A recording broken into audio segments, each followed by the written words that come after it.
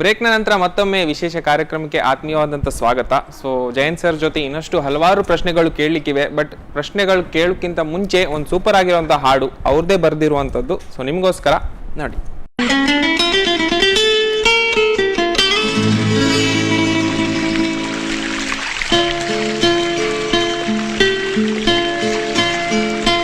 ಪರವಶನಾದಿನು ಅರಿಯುವ ಮುನ್ನವೇ ಪರಿಚಿತನಾಗಲಿ ಹೇಗೆ ಪ್ರಣಯಕ್ಕೂ ಮುನ್ನವೇ ಇದಕ್ಕಿಂತ ಬೇಗ ಇನ್ನು ಸಿಗಬಾರದಿತ್ತಿ ನೀನು ಎಂದಾದರೂ ಕೂಡಿಟ್ಟುಕೋ ನೀ ನನ್ನನು ಕಳೆಯುವ ಮುನ್ನವೇ ಪರವಶನಾದಿನು ಅರಿಯುವ ಮುನ್ನವೇ ಪರಿಚಿತನಾಗಲಿ ಹೇಗೆ ಪ್ರಣಯಕ್ಕೂ ಮುನ್ನವೇ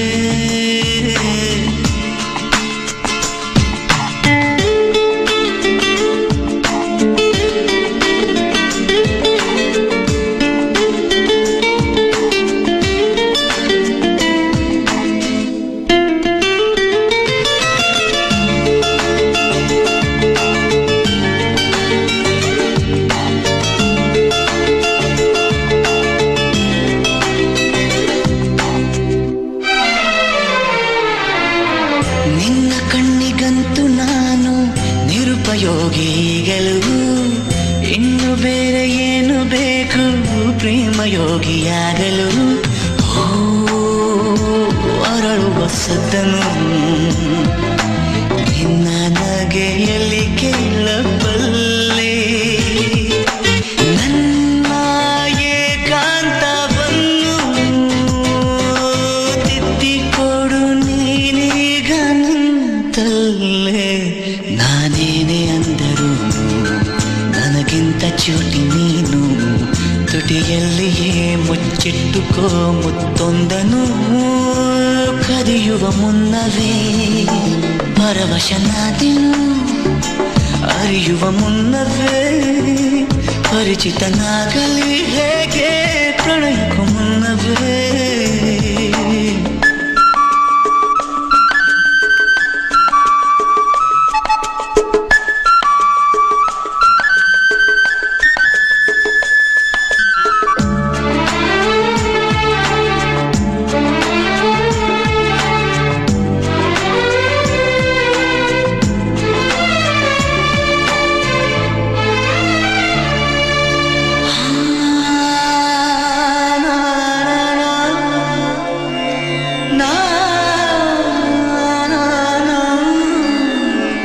ಕನಸಲಿ ತುಂಬ ಕೆಟ್ಟಿರುವೆನು ನಿನ್ನನ್ನು ಕೇಳದೆ ರೆಕ್ಕೆಯ ನೀನೆ ಕಟ್ಟಿರಲು ಈ ಹೃದಯವು ಹಾರಿದೆ ನನ್ನ ಕೌತುಕ ಒಂದೊಂದೇ ಹೇಳಬೇಕು ಆಲಿಸುವಾಗ ನೋಡು ನನ್ನನ್ನೇ ಸಾಕು ಸಹವಾಸ ದೋಷದಿಂದ ಸರಿ ಹೋಗಬಹುದೇ ನಾನು ನನಗಾಗಿಯೇ ಕಾದಿಟ್ಟುಕೋ ಹಠವೊಂದನು ಕೆಣಗುವ ಮುನ್ನವೇ ಪರವಶನಾದಿನು ಅರಿಯುವ ಮುನ್ನವೇ ಪರಿಚಿತನಾಗಲಿ ಹೇಗೆ ಪ್ರಣಯಕ್ಕೂ ಮುನ್ನವೇ. ಸೊ ಇತ್ತೀಚಿನ ಸುಮಾರೆಲ್ಲ ಹಾಡು ಬರ್ತಾ ಇದೆ ಸರ್. ಒಂಥರ ನಾನು ವಲ್ಗರ್ ಅಂತ ಹೇಳಲ್ಲ, ಬಟ್ ಇಟ್ಸ್ ಆಲ್ಮೋಸ್ಟ್ ಈಸಿಯಾಗಿದೆ. ನಿಮ್ಮ ಹಾಡುಗಳೆಲ್ಲ ಪ್ರೀತಿಯಿಂದ almost you get that feel. But ಇತ್ತೀಚಿನ ದಿನಗಳೆಲ್ಲ ಹಾಡುಗಳ ಬಗ್ಗೆ ನೀವು ಏನು ಹೇಳ್ತೀರಾ ಸರ್? ಇಲ್ಲ, they are all part of the game. ಅದು ಕಥೆ, ಅದು ಅಂದರೆ ಕಥೆಯಲ್ಲಿ ಏನೋ ಇರುತ್ತೆ, ಒಬ್ಬ ಏನೋ ಒಂದು ಟಪಾಂಗುಚ್ಚಿ ಇರ್ತಾನೆ, ಮತ್ತು ಅದು ಒಂದು ಕ್ಲಬ್ ಡಾನ್ಸ್ ಇದಿರುತ್ತೆ. ಸೊ ಅದೆಲ್ಲ ಸೇರಿದಾಗಲೇ ಅದು ಹಾಡು. ಬಟ್ ಯಾವುದರಲ್ಲೂ ಕೂಡ ಏನಾಗುತ್ತೆ ಅಂದರೆ ಒಂದು 20% ಟ್ರ್ಯಾಶ್ ನನ್ನ ಹಾಡುಗಳಲ್ಲೂ ಸಿಗುತ್ತೆ ನಿಮಗೆ. ನೀವು ನಾನು ಬರೆದಿರೋದು 250 ಹಾಡು, ಅದರಲ್ಲಿ ಒಂದು 50 ಹಾಡುಗಳು ನೆನ್ಪಿಟ್ಕೊಂಡು ಹೇಳ್ತಾ ಇರ್ತೀರಾ. ಉಳಿದು 200 ಹಾಡು ಎಲ್ಲಿ ಹೋದ್ವು, ಅವುಗಳಲ್ಲೂ ಟ್ರ್ಯಾಶ್ ಇರುತ್ತೆ. So you can't create the best every time, even if you want to. So ಅದು ಒಂಥರ 20% ಟ್ರ್ಯಾಶ್ ಯಾವತ್ತೂ ಇರುತ್ತೆ. ಸೊ ಈಗ ಯೋಗರಾಜ್ ಭಟ್ರು ಭಾಳ ಡಿಫ್ರೆಂಟಾಗಿ ಬರೀತಾ ಇದ್ದಾರೆ. ಅವ್ರ ಥರನೇ ಬರೆಯೋಕೆ ಹೋದ್ರು ತುಂಬ ಒಂದೊಂಥರ ವಿಚಿತ್ರವಾಗಿ ಬರೆದು ಬಿಡ್ತಾರೆ. ಈಗ ಉದಾಹರಣೆ ಅಮ್ಮ ಲೂಸಾ ಅಪ್ಪ ಲೂಸಾ ಎಲ್ಲರೂ ಬೈತಾರೆ, ಅದು ಯೋಗರಾಜ್ ಭಟ್ರ ಹಾಡೇ ಅಲ್ಲ. ಎಲ್ಲರೂ ಈಗ ನೋಡಿ, ನೀವು ಕೂಡ ಅದನ್ನು ಯೋಗರಾಜ್ ಭಟ್ರ ಹಾಡು ಅಂತ ತಿಳ್ಕೊಂಡ್ಬಿಟ್ಟಿದ್ದೀರಿ. See this is the problem. ಯಾರೋ ಯೋಗರಾಜ್ ಭಟ್ರ ಥರ ಬರೆಯೋಕೆ ಹೋಗಿ ಮತ್ತೊಬ್ರು ಯಾರೋ ಬರೆದಿರ್ತಾರೆ ಹಾಡನ್ನು. ಅದು ಯೋಗರಾಜ್ ಭಟ್ರ ಹಾಡಲ್ಲ. ಅದು ಯಾವ ಸಿನಿಮಾ ಅಂತ ನೋಡಿ ಹುಡುಕಿ, ನಿಮ್ಗೆ ಗೊತ್ತಾಗುತ್ತೆ ಯಾರ್ದು ಅಂತ. ಆಗ ಬಯಸ್ಕೊಳ್ಳೋದು ಯಾರು ಈಗ? ಯೋಗರಾಜ್ ಯೋಗರಾಜ್ ಭಟ್. ಈ ಥರ ಇದೊಂಥರ ಬೇರೆ ಥರದ ಇದು ರೀತಿ ಅದು. ಅಂದರೆ ಸೊ ದಟ್ಸ್ ವೆರಿ, ಹೀಗಾಗಿ it's a part of the game. So ಅದ್ರ and you should not be puritan. ನಮ್ಮಲ್ಲಿ ಒಂದು ಕೆಟ್ಟ ಗೊಡ್ಡು ಮಡಿವಂತಿಕೆ ಇದೆ. ಅಂದರೆ ಶುದ್ಧ ಕನ್ನಡದಲ್ಲಿ ಬರೆದ್ಬಿಟ್ರೆ ಒಳ್ಳೆ ಹಾಡು ಆಗೋದಿಲ್ಲ. ಈಗ ಹೃದಯ ಎಂಬ ಕಡ್ಡಿಲಿ ಮಂಚೂರಿ ಏನೋ, ಹೃದಯ ಎಂಬ ಮಂಚೂರಿಲಿ ಕಡ್ಡಿ ಇಡ್ತೀನಿ, ಫ್ರೆಶ್ ಇಮೇಜರಿ ಅದು. ಮಂಚೂರಿ ಇದೆ ನ್ಯೂ ಇಮೇಜ್. ಅದೇನು ಮಂಚೂರಿ ಅಂತ ಹಾಕ್ಬಿಟ್ಟಿದೆ. ಅದು ನಾನು ನಿನ್ನ ಚರಣದಾಸಿ ಅನುಗಾಲವು, ಇದು ಶುದ್ಧ ಕನ್ನಡದಲ್ಲಿದೆ. ಆದ್ರೆ ಇದು ಗೊಡ್ಡು ವಿಚಾರನ ಹೇಳ್ತಾ ಇದೆ. ಹೆಣ್ಣು ಗಂಡನ ಚರಣದಾಸಿ ಅಲ್ಲ, ಬೋತ್ ಆರ್ ಈಕ್ವಲ್. ನನಗೆ ನೀವು ಈ ಶುದ್ಧ ಕನ್ನಡದಲ್ಲಿ ಹಳೆಯ ಏನೋ ಗೊಡ್ಡು ಗಂಡು ಹೆಣ್ಣಿನ ಏನೋ, ಹೆಣ್ಣು ಅಂದರೆ ಏನೋ she is a doormat, she has to serve the husband, ಆ ಥರದ ಮೌಲ್ಯಗಳನ್ನೇ ಪ್ರತಿಪಾದಿಸಿ ಸುಂದರವಾದ ಕನ್ನಡದಲ್ಲಿ ಬರೆದ್ರೆ ನನಗೆ ಅದು ಅಲ್ವೇ ಹಾಡೇ ಅಲ್ಲ. ಹೊಸ ಮಾಡರ್ನ್ ಆಗಿ ಬರೀರಿ ನೀವು, ಆಧುನಿಕ ವಿಚಾರಗಳನ್ನು ಕೊಡ್ರಿ. ಆವಾಗ ಸ್ವಲ್ಪ ಅಲ್ಲಿ ಇಂಗ್ಲೀಷಿಂದ ಮಾತಿಗೆ ಥ್ಯಾಂಕ್ಸ್ ಹೇಳ್ತೀರಿ ನೀವು ಅಲ್ವಾ? ನೀವು ಕೃತಜ್ಞತೆಗಳು ಅಂತ ಯಾವತ್ತದು ಹೇಳ್ತೀರ, ಥ್ಯಾಂಕ್ಸ್ ಹೇಳ್ತೀವಿ. ಅಷ್ಟೇ ಕ್ಯಾಶುವಲ್ ಆಗಿ ಅವರ ಕೆಲವು ಹಾಡುಗಳು ಆ ಥರ ಬರ್ತವೆ. So let us not be ತುಂಬ ಮಡಿವಂತಿಕೆ ಅಲ್ಲಿ ತೋರಿಸಿ ಪ್ರಯೋಜನ ಇಲ್ಲ. ಮಡಿವಂತಿಕೆ ತೋರಿಸಿ ನಾವು ಗೊಡ್ಡಾಗ್ಬಿಡ್ತೀವಿ. ಸೊ ಅಲ್ಲೂ ಕೂಡ ನಮ್ಮಲ್ಲಿ ಎಷ್ಟೋ ಜನ ಶುದ್ಧ ಕನ್ನಡದಲ್ಲಿ ಬರೆದು ಕೂಡ ಚಂದ ಅಂದ್ಬಿಡ್ತಾರೆ. ಅಲ್ಲ, ಶುದ್ಧ ಕನ್ನಡದಲ್ಲಿ ಕೆಟ್ಟ ವಿಚಾರ ಕೊಟ್ಟರೆ ಇದು ಮೋರ್ ಡೇಂಜರಸ್ ದ್ಯಾನ್ ಹೈ ಹೀಲ್ಡು, ಹೃದಯದ ಮೇಲೆ ಹೈ ಹೀಲ್ಡು ಹಾಕಿ ರಾಜಕುಮಾರಿ ನಿಂತಂಗಾಯ್ತು. ಎಷ್ಟು ಸುಂದರವಾದ ಪ್ರತಿಮೆ ಅದು. You can see it. ಒಂದು ಹಾರ್ಟ್ ಮೇಲೆ ಒಬ್ಬಳು ಹೈ ಹೀಲ್ಡ್ ಹಾಕೊಂಡು ನಿಂತಿದ್ದಾಳೆ ಹಿಂಗೆ ಅಂತ. See this is poetry.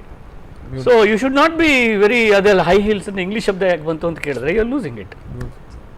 ನಿಜವಾಗ್ಲೂ ಕೇಳಬೇಕಾದ್ರೆ ಖುಷಿ ಆಗುತ್ತೆ. ಯಾಕಂದರೆ ನಮಗೂ ಗೊತ್ತಿರೋದಿಲ್ಲ ಇಷ್ಟೆಲ್ಲ ಡಿಫಿಕಲ್ಟೀಸ್ ಇರುತ್ತೆ. ಅಥವಾ ಇವ್ರು ಒಂದು ಸಾಹಿತ್ಯ ಬರೀಬೇಕಾದ್ರೆ ಎಷ್ಟು ಆಲೋಚನೆ ಮಾಡಬೇಕು. ಹಿಂದೂ ನೆಗೆಟಿವ್ ಕೂಡ ನೋಡಬೇಕು, ಪಾಸಿಟಿವ್ ಕೂಡ ನೋಡಬೇಕು. Yes, when you started your career sir, ನೀವು ಫಸ್ಟ್ ಎಟ್ ದ ಬಿಗಿನಿಂಗ್ ನಿಮಗೆ ಫ್ಯಾಮಿಲಿ ಸಪೋರ್ಟ್ ಎಲ್ಲ ಹೆಂಗಿರ್ತಿತ್ತು? Are the lecturers what you had, ನಿಮ್ಮ ಸ್ಕೂಲ್ ಟೀಚರ್ಸ್ ಆಗಿ? ಅಲ್ಲ, ಈ ಕರಿಯರ್ ಇತ್ತೀಚೆಗೆ ಆಗಿದ್ದಪ್ಪ. ಲೆಕ್ಚರರ್ಸ್ ಎಲ್ಲ ಪಾಪ ಇಲ್ವೇ ಇಲ್ಲ. ಈಗ ನಂದು ಈ ಸಿನಿಮಾ ಹಾಡುಗಳ ಬಗ್ಗೆ ಹೇಳ್ತಾ ಅಲ್ಲ the first it's a hobby, ಅದು ಕರಿಯರ್ ಅಲ್ಲ. I am a biochemist. I was working as a biochemist in Bombay for 23 years.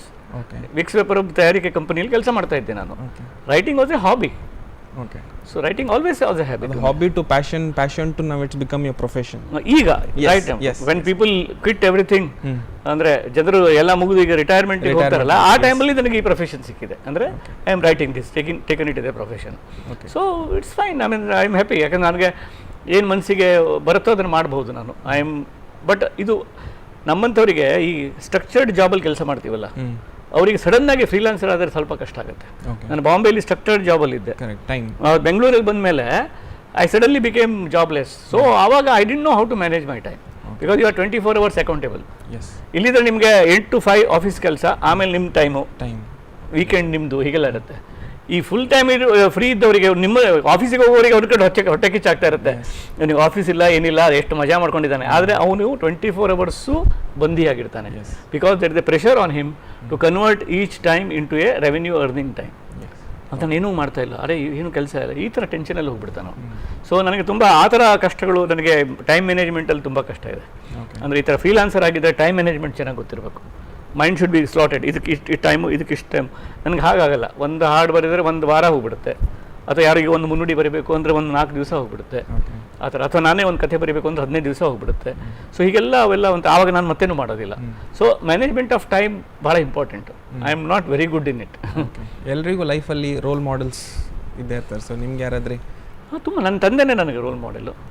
ಅವರು ಗೋಕರ್ಣ ಸ್ಕೂಲ್ ಟೀಚರ್ ಆಗಿದ್ದರು. Very simple man. ಎಲ್ಲ ಹಂಚ್ಕೊಳ್ತಾ ಹೋಗೋದೇ ಜ್ಞಾನ ಅಂದ್ಕೊಳ್ತಿದ್ರು ಅವರು. Accumulation is not knowledge. ನಮ್ಮಲ್ಲಿಗೆ information technology, everybody is accumulating things, accumulating wealth, accumulating knowledge also. So ಅದು ಒಂಥರ ಬೇರೆ ಥರ ಹೋಗಿದೆ. ನಾಲೆಜ್ ಹಾಗಲ್ಲ. ನಾಲೆಜ್ ಹಂಚಿಕೊಂಡಷ್ಟು ಬೆಳೆಯುವಂಥದ್ದು, ಓದಿನಿಂದ ಬರುವಂಥದ್ದು, ಬದುಕಿನಿಂದ ಬರುವಂಥದ್ದು, ಬರೀ ಪುಸ್ತಕದಿಂದ ಬರೋದಿಲ್ಲ. You have to be amidst people. Correct. ಇಲ್ಲಿ ನಾನು ತುಂಬ ದೊಡ್ಡ ಪಂಡಿತನಾಗಿ ನನಗೆ ನಿಮ್ಮ ಸಿಟಿ ಬಸ್ ಸ್ಟ್ಯಾಂಡ್ನಲ್ಲಿ ನಡೆಯೋ ಜಗಳ, ಪೇಟೆಯಲ್ಲಿ ನಡೆಯೋ ಜಗಳ ಅದು ಗೊತ್ತಾಗದೆ ಹೋದರೆ ನಾನು ಬೆಳೆಯೋದಕ್ಕೆ ಶಕ್ಯನೇ ಇಲ್ಲ. ಯಾಕಂದ್ರೆ ನಾವೆಲ್ಲ we are all extensions of each other. ನಾವೆಲ್ಲರೂ ತುಂಬ ಎಕ್ಸ್ಟೆನ್ಷನ್ಸ್ ಬೇರೆ ಬೇರೆ ಕಾರಣಕ್ಕೆ. ಹೀಗಾಗಿ ಬುದ್ಧಿವಂತಿಕೆ, ಜ್ಞಾನ ಅನ್ನೋದು ಒಬ್ಬನಿಗೆ ತಾನು ಜ್ಞಾನಿ ಅಂತ ಒಂದು ಅಹಂಕಾರ ಬಂದುಬಿಟ್ರೆ ಅದು ಜ್ಞಾನವೇ ಅಲ್ಲ. ಬಿಕಾಸ್ ಜ್ಞಾನ can never make you selfish. ನಮ್ಮಲ್ಲಿಗೆ ಇನ್ಫಾರ್ಮೇಷನ್ ಟೆಕ್ನಾಲಜಿ, ಇನ್ಫಾರ್ಮೇಷನ್ ಹೇಳಿ we are becoming more self obsessed. ನನ್ನ ಫೋಟೋ ಫೇಸ್ಬುಕ್ಕಲ್ಲಿ, ನನ್ನ ಫೋಟೋ, ನಾನು ಮಾಡಿದ ತಿಂಡಿ, ಸೆಲ್ಫಿ, ಎವ್ರಿಥಿಂಗ್. ಹೌದು. ನನಗೆ ಆ ತಿಂಡಿ ಫೋಟೋ ಫೇಸ್ಬುಕ್ಕಲ್ಲಿ ಹಾಕ್ತಾರಲ್ಲ, ಅವ್ರ ಬಗ್ಗೆ ಪಾಪ ಅನಿಸುತ್ತೆ ಅಲ್ರಿ. ಈಗ ಲಕ್ಷಾಂತರ ಕೋಟ್ಯಾಂತರ ಜನ ಹೊಟ್ಟೆಗೆ ತುತ್ತಿಲ್ಲದೆ ಸಾಯ್ತಾ ಇದ್ದಾರೆ. ಮಕ್ಕಳಿಗೆ ತುತ್ತು ಕೊಡೋಕ್ಕಾಗಲ್ಲ ಅಂತ ತಾಯಂದಿರು 2 ದಿವಸ ಉಪವಾಸ ಮಾಡ್ತಾರೆ. ಆ ದೇಶದಲ್ಲಿ ಬೆಳಿತೀವಿ ನಾವು ಜಿಲೇಬಿಯಂತೆ ಇದಂತೆ ಅದಂತೆ ಫೇಸ್ಬುಕ್ಕಲ್ಲಿ ಮಾಡಿ ಹಾಕ್ತೀವಿ. ಇದು ಭಾಳ ಇಟ್ ಇಸ್ ಇಮ್ಮಾರಲ್. ನಾವು ಮೊರಾಲಿಟಿ ಅಂದರೆ ಮತ್ತೆ ಯಾವುದಕ್ಕೆ, ಇದು ಇಮ್ಮಾರಲ್. ಅಂದರೆ ಒಬ್ಬ ಹಸಿದವನು ಅಲ್ಲಿ ಒದ್ದಾಡ್ತಾ ಇರುವಾಗ ಅವನ ಎದುರುಗಡೆ ಕೂತು ನೀವು ತಿಂದಂಗೆ. ಇದು ಯಾಕಾಗತ್ತೆ ಅಂತಂದರೆ ನಾನು ನಮ್ಮವರು, ನನ್ನ ಹೆಂಡತಿ, ನನ್ನ ಹೆಲ್ಮೆಟ್ಟು, ನನ್ನ ವೆಹಿಕಲ್ಲು, ನನ್ನ ಊರು, ನನ್ನ ಮೊಬೈಲು, ನನ್ನ ಐಪ್ಯಾಡು ಅನ್ನುವಂಥ ಒಂದು ನರಕದಲ್ಲಿ ಸಿಕ್ಕಾಕೊಂಡ್ಬಿಟ್ಟಿದ್ದೀನಿ. ಪ್ರಪಂಚದಲ್ಲಿ ಉಳಿದವರು ಇದ್ದಾರೆ, ನೂರಾರು ಸಾವು ನೋವುಗಳಿದ್ದು, ಎಷ್ಟು ಸಾವಿರ ಜನಕ್ಕೆ ಕೆಲಸ ಇಲ್ಲ ಇವರಲ್ಲಿ. ಕನ್ನಡ ಮೀಡಿಯಮಲ್ಲಿ ಓದ್ಕೊಂಡು ಎಷ್ಟು ಜನ ಹತಪ್ರಪರಾಗಿದ್ದಾರೆ. ಡೈಲಿ ಮಂಗಳೂರಿಗೆ ಹಳ್ಳಿಯಿಂದ ಎಷ್ಟು ಜನ ಬಂದು ಉಳಿತಾರೆ ಕೆಲಸಕ್ಕಾಗಿ. ಡೈಲಿ ಬೆಂಗಳೂರಿಗೆ ಎಷ್ಟು ಸಾವಿರ ಜನ ಕರ್ನಾಟಕದ ಬೇರೆ ಬೇರೆ ಕಡೆಯಿಂದ ಬಂದು ಉಳಿತಾರೆ. ಅವ್ರು ಎಲ್ಲಿ ಹೋಗ್ತಾರೆ? ಎಲ್ಲ 80% 90% CET ಅಂತ ಮಾತಾಡ್ತೀವಿ. ಆದರೆ 60%ಗಿಂತ ಕೆಳಗೆ ಇದ್ದು ಹುಡುಗರು ಅವರೆಲ್ಲ ಏನಾದರು? ಅವನಿಗೇನು ಆಸೆ ಕೊಡ್ತಾ ಇದೆ ನಮ್ಮ ಸಮಾಜ? ಸೊ ಆ ಥರ ನೀವು ಥಿಂಕ್ ಮಾಡ್ಲಿಕ್ಕೆ ಹೋದರೆ ಈ ಫೇಸ್ಬುಕ್ಕು ನಮ್ಮನ್ನು ತೋರಿಸ್ಕೊಳ್ಳೋದು, ನಮ್ಮದನ್ನೇ ನಾವು ವೈಭವೀಕರಿಸ್ಕೊಳ್ಳೋದು, ಸನ್ಮಾನದ ಫೋಟೋಗಳನ್ನು ತಾವೇ ಹಾಕ್ತಾರೆ ಫೇಸ್ಬುಕ್ಕಲ್ಲಿ. ತಮ್ಮ ಸನ್ಮಾನಕ್ಕೆ ತಾವೇ ಹೇಳ್ತಾರೆ, ಬನ್ನಿ ನೀವು ಹೀಗೆ ಮಾಡಿ ಸನ್ಮಾನದಲ್ಲಿ ನನ್ನ ಬಗ್ಗೆ ಮಾತಾಡಿ ಅಂತಾರೆ. ಅಂದರೆ ಅಥವಾ ಬಯೋಡಾಟಾ ಹಿಡ್ಕೊಂಡು MLAಗಳ ಹಿಂದೆ ಇವ್ರ ಹಿಂದೆ ಹೋಗ್ತಾರೆ, ಪ್ರಶಸ್ತಿ ಕೊಡಿಸಿ ಅಂತ ಹೇಳಿ. That is something wrong. ಯಾಕಂದ್ರೆ ಕಲೆ ನಮಗೆ ಕೊಡಬೇಕಾದದ್ದು dignity, yes, and self esteem. ನಾವು ನಿಮ್ಮ ಈ ರಿಯಾಲಿಟಿ ಶೋಗಳಲ್ಲಿ ಮಕ್ಕಳಿಗೆಲ್ಲ ಆತ್ಮವಿಶ್ವಾಸ ಬೇಕು ಅಂತ ಹೇಳ್ತೀವಲ್ಲ, ರಿಯಾಲಿಟಿ ಶೋ ಹೋಗಿ ಮಕ್ಕಳು ಹಾಡಬೇಕು. ಆತ್ಮವಿಶ್ವಾಸ ಬೇಡಿ ಬರ್ತದೋ, ಅವನಿಗೆ ಬೇಕಾಗಿರೋದು ಆತ್ಮಗೌರವ. ಯು ಶುಡ್ ಹ್ಯಾವ್ ಆತ್ಮಗೌರವ. ನಿಜವಾದ ರೈಟರು, ನಿಜವಾದ ಕಲಾವಿದ, ನಿಜವಾದ ಟ್ಯಾಲೆಂಟೆಡ್ ಪರ್ಸನ್ ಯಾರು ಮುಂದೂ ಬಯೋಡಾಟಾ ಹಿಡ್ಕೊಂಡು ಹೋಗಲ್ಲ. ಹೋಗೋರು ಯಾರು ಅಂದರೆ ಮೀಡಿಯಾಕರ್ಸ್. ಮಿಂಚಬೇಕು, ಇದಲ್ಲಿ ಬರಬೇಕು, ಅಲ್ಲಿ ಬರಬೇಕು ಅಂತ. ಹೀಗಾಗಿ ಮೀಡಿಯಾಕ್ರಿಟಿ ಎಲ್ಲ ಕಡೆ ಕಾಣುತ್ತೆ. ಯಾವ ಚಾನಲ್ಗಳಿಗೆ ಹೋದರೂ ಮೀಡಿಯಾಕರ್ಸ್ ನಿಮ್ಗೆ ಕಾಣ್ತಾನೆ. ಪಾಪ ಅವ್ರು ಹೊಟ್ಟೆಪಾಡಿ ಮಾಡ್ತದ್ದು ಬೇರೆ, ಆದರೆ ನಿಜವಾದ ಟ್ಯಾಲೆಂಟನ್ನು ಹುಡುಕುವಂಥ ವ್ಯವಧಾನ ಚಾನಲ್ಗಳಿಗೆ, ಪತ್ರಿಕೆಗಳಿಗಿಲ್ಲ. ಅವರೆಲ್ಲ ಸಣ್ಣ ಸಣ್ಣ ಊರುಗಳಲ್ಲಿರ್ತಾರೆ. ಸುಳ್ಯದಲ್ಲಿರ್ತಾರೆ, ಬಾಗಲಕೋಟೆಯಲ್ಲಿರ್ತಾರೆ, ಜಮಖಂಡಿಯಲ್ಲಿರ್ತಾರೆ, ಆ ಥರ ಇರ್ತಾರೆ. ನಮಗಲ್ಲ, ಬೆಂಗಳೂರಲ್ಲಿ, ಮಂಗಳೂರಲ್ಲಿ, ಹೀಗೆ ಥರಾವಿಕ್ ಜಾಗದಲ್ಲಿ, ಹುಬ್ಬಳ್ಳಿಯಲ್ಲಿ, ಈ ಸಿಟಿಗಳಲ್ಲಿದ್ದವರಿಗೆ ಅವಕಾಶ ಹಂಗಾಗ್ಬಿಟ್ಟಿದೆ. ಸೊ ಅವರು ಹೇಗಾಗ್ಬಿಡ್ತಾರೆ, ಮೆನಿಪ್ಯುಲೇಟಿವ್ ಆಗಿಬಿಡ್ತಾರೆ. But there are many places ಅವರಿಗೆ ಅವಕಾಶ ಸಿಗ್ತಾ ಇಲ್ಲ. ಇತ್ತೀಚಿನ ದಿನಗಳಲ್ಲಿ ಜನರೇಷನ್ಸ್ ನಾವು ನೋಡ್ತಾ ಇದ್ದೀವಿ. ಅವಕಾಶ ಕ್ರಿಯೇಟ್ ಅವ್ರು ತಪ್ಪಲ್ಲ, ಅದು ಅವನು ಅವಕಾಶ ಹಿಡ್ಕೊಂಡು ಬರೋದೇ ಇಲ್ಲ. ಅವ್ನು ಬಯೋಡಾಟಾ ಹಿಡ್ಕೊಂಡು ಬರೋದಿಲ್ಲ, ಅವ್ನ ಬಾಡಿಗೆ ಇರ್ತಾನೆ, ಹೋಯ್ತಪ್ಪ. ಒಂದು ಕಾಡಿನಲ್ಲಿ ಒಂದು ಮರ ಇದ್ದಂಗೆ, ನಾವು ಆ ಮರ ಹುಡುಕಿ ತೆಗಿಬೇಕು. ಎಲ್ಲ ವೀಕ್ಷಕರಿಗೆ ಈಗ ಜೈನ್ ಸರ್ ಅವ್ರಿಗೆ ರೋಲ್ ಮಾಡೆಲ್ ಆಗಿರ್ಬೋದು. ಯಾಕೆ ಹೇಳಿದರೆ, ನಾನು ಅವ್ರಿಗೊಂದು ಪ್ರಶ್ನೆ ಕೇಳಿದ್ದೆ, ನಿಮ್ಮ ಲೈಫಲ್ಲಿ ನಿಮಗೆ ರೋಲ್ ಮಾಡೆಲ್ ಯಾರು, ಮತ್ತು ನೀವು ಹೇಗೆ ಇದು ನಿಮ್ಮ ಅಭ್ಯಾಸವನ್ನು ನೀವು ಶುರು ಮಾಡಿದ್ರಂತ. ಅವ್ರು ಹೇಳಿದ್ದು ಒಂದೇ, ಅಭ್ಯಾಸ ಅಂತ ನಾನು ಮಾಡಿರಲಿಲ್ಲ, but I have taken this as an hobby ಅಂತ ಹೇಳಿದ ತಕ್ಷಣ ಅದು ಹೇಗಂತ ಹೇಳಲಿಕ್ಕೆ ಆಗೋದಿಲ್ಲ. ಯಾಕಂದರೆ ಬರಿತಾ ಈಗ ಆಲ್ಮೋಸ್ಟ್ ಅವರೊಂದು ಈಗ ಡಿಫ್ರೆಂಟ್ ಸ್ಟೇಜಲ್ಲಿದ್ದಾರೆ. ಸೊ ಹಾಗೆ ಅನಿಸುತ್ತಿದ್ದೆ. ನಂತರ ಮುಂಗಾರು ಮಳೆ ನಂತರ ನನಗೆ ಇಷ್ಟ ಆಗಿರುವಂಥದ್ದೊಂದು ಹಾಡು ಹೇಳಿದರೆ ಮಿಲನ ಚಿತ್ರದಿಂದ ಹಾಡು ಬರ್ತಾ ಇದೆ ನಿಮಗೋಸ್ಕರ, ನೋಡಿ.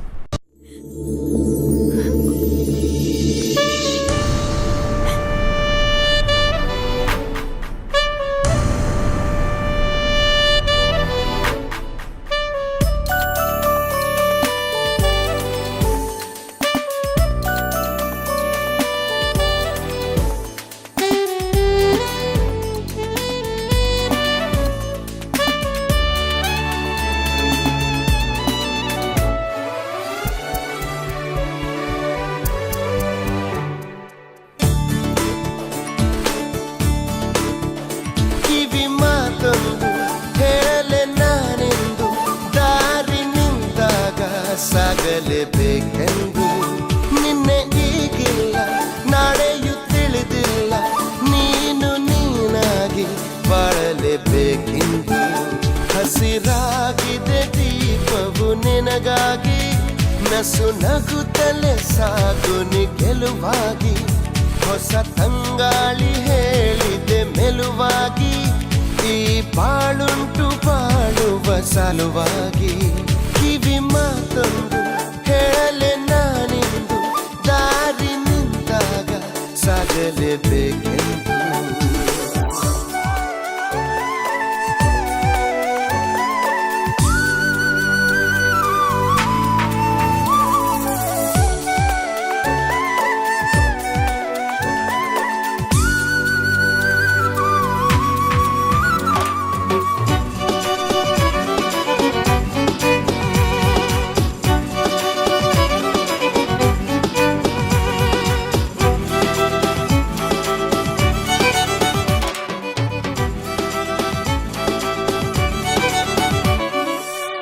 ಬಾಗಿಲಿನಾಚೆಗೆ ತಾ ಬಂದು ಕೂಗಿದೆ ಬಾಳು ಬಾಯೆಂದು ಸಂತಸದಿಂದ ಓ ಎಂದು ಓಡಲೇಬೇಕು ನೀನೆಂದು ಸಾವಿರ ಕಣ್ಣಿನ ನವಿಲಾಗಿ ನಿಂತಿದೆ ಸಮಯ ನಿನಗೆಂದು ಕಣ್ಣನು ತೆರೆದು ಹಗುರಾಗಿ ನೋಡಲೇಬೇಕು ನೀ ಬಂದು.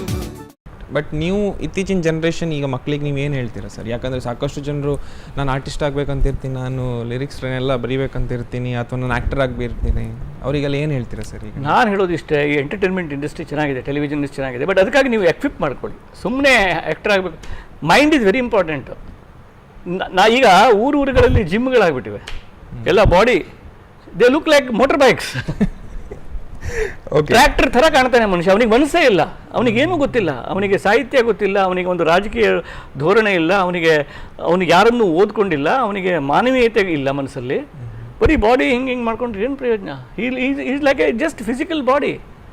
Art needs A mind, it's not just body. ಊರುಗಳಲ್ಲಿ ಹೇಗೆ ಜಿಮ್ಗಳಾಗ್ತಾ ಇವೆಯೋ, ಹೆಲ್ತ್ ಕ್ಲಬ್ಗಳಾಗ್ತಾ ಇವೆಯೋ, ಅಷ್ಟೇ ಸಂಖ್ಯೆಯಲ್ಲಿ ಲೈಬ್ರರಿಗಳು ಆಗಬೇಕು. ಮನೇಲಿ ಬಂದು ಪೇಪರ್ ಓದಲ್ಲ, ನಾವು ಓದೋದೇ ಇಲ್ಲ. ಸಾಹಿತ್ಯಕ್ಕೆ ಈಗ ನೀವು ಹೇಳಿದ್ರಲ್ಲ, ನನ್ನ ಹತ್ರ 106 ಜನ ಬರ್ತಾರೆ, ನಾನು ಹಾಡು ಬರಿತೀನಿ ಸರ್ ಅಂತ. ಅವರಿಗೆ ಎಲ್ಲ ಕಾವ್ಯ ಬಿಡಿ, ಅವ್ರಿಗೆ ಬೇಂದ್ರೆ ಹೆಸರು ಗೊತ್ತಿಲ್ಲ, ಕುವೆಂಪು ಗೊತ್ತಿಲ್ಲ, ಶಿವರಾಮ್ ಕಾರಂತ್ ಗೊತ್ತಿಲ್ಲ, ಎಚ್.ಎಸ್. ವೆಂಕಟೇಶ್ ಮೂರ್ತಿ ಗೊತ್ತಿಲ್ಲ, ಸಿದ್ಧಲಿಂಗಯ್ಯ ಗೊತ್ತಿಲ್ಲ, ಪ್ರತಿಭಾ ನಂದಕುಮಾರ್ ಗೊತ್ತಿಲ್ಲ, ಸವಿತಾ ನಾಗಭೂಷಣ್ ಗೊತ್ತಿಲ್ಲ, ವೈದೇಹಿ ಗೊತ್ತಿಲ್ಲ. ಇವ್ರದ್ದೆಲ್ಲ ಒಂದೊಂದು ಕವಿತೆ ಓದೋದು ಸಾಕು. ನಾನು ಹೇಳ್ತೀನಿ, ನಾನು ಬರೀ ಯಾವುದೋ ಒಂದಿಷ್ಟು ಪತ್ರಿಕೆ ಹೈಲೈಟ್ ಓದ್ಬಿಡೋದು, ಕ್ರೈಮ್ ನ್ಯೂಸ್ ಓದ್ಬಿಡೋದು, ಅಲ್ಲಿ ಒಂದಿಷ್ಟು ಸ್ಪೋರ್ಟ್ಸ್ ನ್ಯೂಸ್ ಓದ್ಬಿಡೋದು, ಬಂದ್ಬಿಡೋದು. ಮತ್ತು ಬಾಡಿ 6 ಪ್ಯಾಕ್ಸ್ ಎಷ್ಟದು, 6, 8, 9, 10 ಎಷ್ಟು? ಹೌದು. ಅಷ್ಟು ಅದರಿಂದ ಏನು ಪ್ರಯೋಜನ ಇಲ್ಲ. You look like a tractor. ಅದು ಯೋಗರಾಜ್ ಭಟ್ರು ಹೊರಡೋದು, ಟ್ರ್ಯಾಕ್ಟರ್ ಥರ ಕಾಣ್ತಾರೆ ಸರ್ ಅಂತಾರೆ ಅವರು. ಅಂದರೆ ಮನ್ಸು ಇಲ್ದಿದ್ರೆ ಏನು? ಈಗ ಓಂಪುರಿ, ಅವನಿಗೇನು 6 ಪ್ಯಾಕ್ಸ್ ಇತ್ತಾ?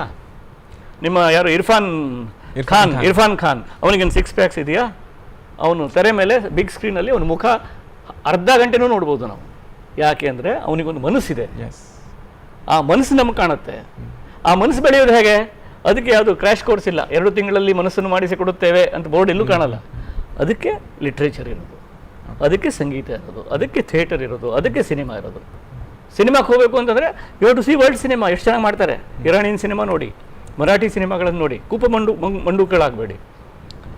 ನಿಮ್ಮ ಮನೆಗೆ ಪೇಪರ್ ಬರ್ತಾ ಇದೆಯೋ, ಸಂಡೇಗೆ ಒಂದು ಸಪ್ಲಿಮೆಂಟ್ ಬರುತ್ತಲ್ಲ, ಸಪ್ಲಿಮೆಂಟ್ ಓದಿ. ಅದರಲ್ಲಿ ಒಂದು ಕಥೆ ಇರುತ್ತೆ, ಒಂದು ಕವಿತೆ ಇರುತ್ತೆ, ಮತ್ತೇನು ವೈಚಾರಿಕ ಲೇಖನ ಇರುತ್ತೆ. ಕೆಲವ್ರ ಮನೇಲಿ ಸಪ್ಲಿಮೆಂಟ್ ಸೀದಾ ರದ್ದಿಗೆ ಹೋಗ್ತಾ ಇರುತ್ತೆ. ಹಾಗೆ ಅದೆಲ್ಲ ಮಾಡಿದ್ರೆ ಈ ಬಾಡಿಗೆ 6 ಪ್ಯಾಕಿಗೆ ಒಂದು ನಿಜವಾದ ಒಂದು ಮೈಂಡ್ ಸೇರಿ ಒಂದು ಒಳ್ಳೇದೇನೋ ಆಗುತ್ತೆ. ಬರೀ ಬಾಡಿನೇ ಅಲ್ಟಿಮೇಟ್ ಅಂತ ಕೂತ್ರೆ it doesn't work. I don't know, ನೀವೇನು ಕೇಳಿದ್ರೋ ನಾನು ಏನು ಹೇಳಿಲ್ಲ. ಇಲ್ಲ, but I have got that point sir. ಪೇರೆಂಟ್ಸ್ಗಳಿಗೆ ಎಸ್ಪೆಷಲಿ, ಯಾಕಂದರೆ ಮಕ್ಕಳು ಇದು ನಾನು ಮಾಡಲೇಬೇಕು, ಅಥವಾ ಪೇರೆಂಟ್ಸ್ರಿಂದ ಏನಾದರೆ ಬೇಡ ಅದು ಮಾಡೋದು ಬೇಡ, ನನಗೆ ಗೊತ್ತಿದೆ ಅಲ್ವಾ ಫೀಲ್ಡ್ ಯಾವ ರೀತಿಯಲ್ಲಿ ಇರುತ್ತಂತ. So for parents what you want to say? ಅಲ್ಲ, ಪೇರೆಂಟ್ಸ್ ನಾನು ಇಷ್ಟು ಹೇಳ್ತೇನೆ, ನೀವು ಮಕ್ಕಳಿಗೆ ಈಗ ನಿಮ್ಮನ್ನು ಪೇರೆಂಟ್ಸ್ ಅಲ್ಲ ಎಲ್ಲರಿಗೂ ಹೇಳೋದು, ಅದೊಂದು ರಿಕ್ವೆಸ್ಟ್. ಯಾಕಂದ್ರೆ ನಾನು ಒಬ್ಬ ಪೇರೆಂಟೇ, ಇದು ನನಗೂ ಹೇಳ್ತಾ ಇರೋದು, ಪ್ಯೂರ್ ಸೈನ್ಸಿಗೆ ಪ್ಯೂರ್ ಆರ್ಟ್ಸಿಗೆ ಮಕ್ಕಳನ್ನು ಕಳಿಸಿ. ಈಗ ಎಲ್ಲ ಆಗಿದೆ PUC ಓರಿಯೆಂಟೆಡ್. PUC ಆದಮೇಲೆ ಅವನೇನೋ IT ಹೋಗ್ತಾನೆ, ಮತ್ತೆಲ್ಲ ಹೋಗ್ತಾನೆ, ಆಮೇಲೆ ಯಾವುದೋ ಒಂದು ದೊಡ್ಡ IT ಅನ್ನುವಂಥ ಗುಲಾಮ್ಗಿರಿಗೆ ಹೋಗ್ಬಿಡ್ತಾನೆ. ಅವನು ಗೊತ್ತೇ ಆಗಲ್ಲ, ಅದೇನೋ ದುಡ್ಡು ಸಿಗುತ್ತೆ ಅಂತೇಳಿ ಹೋಗ್ಬಿಡ್ತಾನೆ. ಅವನಿಗೆ ಪ್ರೈವೇಟ್ ಲೈಫ್ ಇಲ್ಲ, ಅವನಿಗೆ ಮತ್ತೇನೋ ಗೊತ್ತಿಲ್ಲ. ಪ್ಯೂರ್ ಸೈನ್ಸಿಗೆ ಜನ ಹೋಗ್ತಾ ಇಲ್ಲ, ಫಿಸಿಕ್ಸು, ಪೊಲಿಟಿಕಲ್ ಸೈನ್ಸ್, ಪ್ಯೂರ್ ಆರ್ಟ್ಸಿಗೆ ಜನ ಹೋಗ್ತಾ ಇಲ್ಲ. ಡಿಪಾರ್ಟ್ಮೆಂಟ್ಗಳು ಕ್ಲೋಸ್ ಆಗ್ತಾ ಇವೆ. ಆದರೆ ಫ್ಯೂಚರ್ ಇರೋದು ಪ್ಯೂರ್ ಸೈನ್ಸ್, ಪ್ಯೂರ್ ಆರ್ಟ್ಸಿಗೆ. ಯಾರು ತಮ್ಮ ಮಗಳಿಗೆ ನೀನು ಲೆಕ್ಚರರ್ ಆಗು ಅಂತ ಹೇಳ್ತಾ ಇಲ್ಲ, ನೀನು ಮೇಸ್ಟ್ರ್ ಆಗು ಅಂತ ಹೇಳ್ತಾ ಇಲ್ಲ. So that shift has to hmm. ಯಾಕಂದ್ರೆ ಯಾವ ಮಕ್ಕಳು ತಮ್ಮ ಮಗ ಬರೀ ದುಡ್ಡು ಮಾಡುವ ಕುದುರೆ ಆಗಲಿ ಅಂತಾನೆ, ಅವರು ತಮ್ಮ ಮಗ ಸ್ವಂತದ ಬದುಕು ಬಾಳದೇ ಇರಲಿ ಅಂತ ಹೇಳ್ದಂಗೆ, ಅದು ಯಾವುದೋ ಒಂದು ಗುಲಾಮ್ಗಿರಿಗೆ ಹೋಗಲಿ ಅಂದಂಗೆ. ಇಲ್ಲಪ್ಪ, ಅವನು ಸ್ವಲ್ಪ ಸಂಬಳ ಕಡಿಮೆ ಬರ್ಬೋದು, ಬಟ್ ಅವ್ನು ಲೆಕ್ಚರರ್ ಆದರೆ ಅವನು ಫ್ರೆಶ್ ಆಗಿರ್ತಾನೆ, ಯುವ ಜನಾಂಗದ ಜೊತೆಗೆ ಸಂಪರ್ಕದಲ್ಲಿರ್ತಾನೆ, ಒಂದು ಒಂದು ಕೆಲಸ ಅಂದರೆ ಹೊಸಬರನ್ನು ತಯಾರು ಮಾಡ್ತಾ ಇರ್ತಾನೆ. ಆ ಥರ ಮಕ್ಕಳಿಗೆ ಸೈಂಟಿಸ್ಟ್ ಆಗು, ಪೊಲಿಟಿಕಲ್ ಸೈಂಟಿಸ್ಟ್ ಆಗು, ಎಕಾನಮಿಸ್ಟ್ ಆಗು, ಸೋಷಿಯಲ್ ಸೈಂಟಿಸ್ಟ್ ಆಗು, ಪ್ರೊಫೆಸರ್ ಆಗು, ರಿಸರ್ಚ್ ಮಾಡು ಅನ್ನುವಂಥ ಪಾಲಕರು ನನಗೆ ದೇವ್ರ ಥರ ಕಾಣ್ತಾರೆ. ಈಗ ನಮ್ಗೆ ಯಾವ ಕಾಲೇಜಿಗೆ ಹೋದರೂ, ನನಗೆ degree college, commerce college, arts ಕಾಲೇಜಿಗೆ ಹೋದರೆ ಅಲ್ಲಿ ಡಿಗ್ರಿ ಸ್ಟೂಡೆಂಟ್ಸ್ ನೋಡಿದ್ರೆ ನನಗೆ ಭಾಳ ನಿಜಕ್ಕೂ ಮನಸ್ಸು ತುಂಬ ಬರುತ್ತೆ. ಯಾಕಂದರೆ ಅವರೇ they are the ones who are going to achieve, who are going to run the society. They are the ones, they are the essence of the run the society. ಹೀಗಾಗಿ ಅದು ಬಹಳ ಮಹತ್ವದ್ದು ಅನ್ಸುತ್ತೆ. ಅದಕ್ಕೆ ನಾನು ಪಾಲಕರಿಗೆ ಹೇಳೋದಿಷ್ಟೇ, ಮಕ್ಕಳಿಗೆ ಅವ್ರಿಗೆ ಏನು ಓದಕ್ಕೆ ಅದನ್ನು ಓದಕ್ಕೆ ಬಿಡಿ, ಫಸ್ಟ್ ಓದಲಿ. ಹೊರತು ಅವರು ಸಂಬಳ ಜಾಸ್ತಿ ಸಿಗುತ್ತೆ ಅದಕ್ಕಾಗಿ ಅಲ್ಲಿ ಹೋಗು ಆ ಥರ ಮಾಡೋಕ್ಕೆ ಹೋಗ್ಬೇಡಿ. ಯಾಕಂದ್ರೆ ಈ ಸಂಬಳಕ್ಕೆ ಅರ್ಥ ಇಲ್ಲ. ನಿಮ್ಮ ಮನಸ್ಸು ಸರಿ ಇಲ್ದಿದ್ರೆ ಆ ಸಂಬಳ ತಗೊಂಡು ಏನೂ ಮಾಡೋಕ್ಕಾಗಲ್ಲ. So that's how it has to. Okay. So ವೀಕ್ಷಕರೇ, ನೋಡಿದಾಗೆ ಇವ್ರ ಹಾಡು ಬಗ್ಗೆ ಎಲ್ಲ ನಾವು ಸಾಕಷ್ಟು ಕೇಳಿದ್ದೇವೆ, ಸಾಕಷ್ಟು ಇಂಟರ್ವ್ಯೂಗಳ ವಿಷಯದಲ್ಲಿ ನಾವು ಕೇಳಿದ್ದೇವೆ. ಬಟ್ ಇವತ್ತು ನಾವು ಎಸ್ಪೆಷಲಿ ಈ ವಿಷಯದಲ್ಲಿ ನಾವು ಮಾತಾಡ್ಲಿಕ್ಕೆ ಕಾರಣ ಯಾಕೆ ಹೇಳಿದರೆ, ಯು ಆರ್ ಎಕ್ಸ್ಪೀರಿಯನ್ಸ್, ನೀವು ತುಂಬ ಎಕ್ಸ್ಪೀರಿಯನ್ಸ್ ಆಗಿ ನೀವು ಈ ಫೀಲ್ಡಿಗೆ ಬಂದು ಬಾಂಬೆ, ಬ್ಯಾಂಗ್ಳೂರು, ಉಡುಪಿ, ಮಂಗಳೂರು ಆ ಕಡೆ ಎಲ್ಲ ಹೋಗಿ ನಿಮಗೆಲ್ಲ ಗೊತ್ತಿದೆ ಸರ್ ಯಾವ ರೀತಿಯಲ್ಲಿ ಫೀಲ್ಡ್ ಇದೆ, ಯಾವ ರೀತಿಯಲ್ಲಿ ಜನರು ರಿಯಾಕ್ಟ್ ಮಾಡ್ತಾರೆ, ಯಾವ ರೀತಿಯಲ್ಲಿ ಇತ್ತೀಚಿನ ಜನರೆಲ್ಲ ಎಷ್ಟು ಸಿಲ್ಲಿಯಾಗಿ ತೊಗೊಳ್ತಾರೆ ವಿಷಯ, ಯಾವುದೇ ಒಂದು ಟಾಪಿಕ್ ಆಗಿರಲಿ ತುಂಬ ಸಿಲ್ಲಿಯಾಗಿ ತೊಗೊಳ್ತಾರೆ. ಸೊ ಹಾಗೆ ನಾ ಇವತ್ತು ಆಲ್ಮೋಸ್ಟ್ ಎಲ್ಲ ಅನುಭವದ ಮಾತುಗಳನ್ನೆಲ್ಲ ಕೇಳ್ತಾ ಇದ್ದಾರೆ. ಯಾಕಂದ್ರೆ ನನಗೆ ಕೂಡ ಸಾಕಷ್ಟು ಡೌಟ್ ಇತ್ತು ಮನಸ್ಸಲ್ಲಿ. ಸರ್ ನಾನು ಕೂಡ ಹೋಗಿದ್ದೆ ಬೆಂಗಳೂರಿಗೆ, ಆ್ಯಕ್ಚುಲಿ ಆ್ಯಕ್ಟರ್ ಆಗಬೇಕಂತ ಹೋಗಿದ್ದೆ, ಬಟ್ ಸಾಕಷ್ಟು ಪ್ರಾಬ್ಲಮ್ ಆಯಿತು. ಅದರ ನಂತರ ಐ ಕೇಮ್ ಬ್ಯಾಕ್. ಹೌದು, ಅದನ್ನೆಲ್ಲ ಹಾಬಿಯಾಗಿ ಇಟ್ಕೊಳ್ಳಿ ಅಂತೀನಿ ನಾನು. ಯಾಕಂದರೆ ಈ ಸಿನಿಮಾಗಳಲ್ಲೆಲ್ಲ success rate is very very minimal. ಅದು ಮತ್ತು ಈಗ ಪ್ರೊಡ್ಯೂಸರ್ಸು ದುಡ್ಡಿದ್ದವರು ಅವ್ರು ತಮ್ಮ ಮಕ್ಕಳನ್ನು ಹೀರೋ ಮಾಡೋರೇ ಜಾಸ್ತಿ ಆಗಿಬಿಟ್ಟಿದ್ದಾರೆ ಅಲ್ಲಿ. ಸೊ ಅದೆಲ್ಲ ಒಂಥರ ಬೇರೆ. ಅಟ್ಲೀಸ್ಟ್ ಟೆಲಿವಿಷನಲ್ಲಿ ಅಂದರೆ ಒಂದು ರೆಗ್ಯುಲರ್ ಜಾಬ್ ಇದೆ ಅಲ್ಲಿ.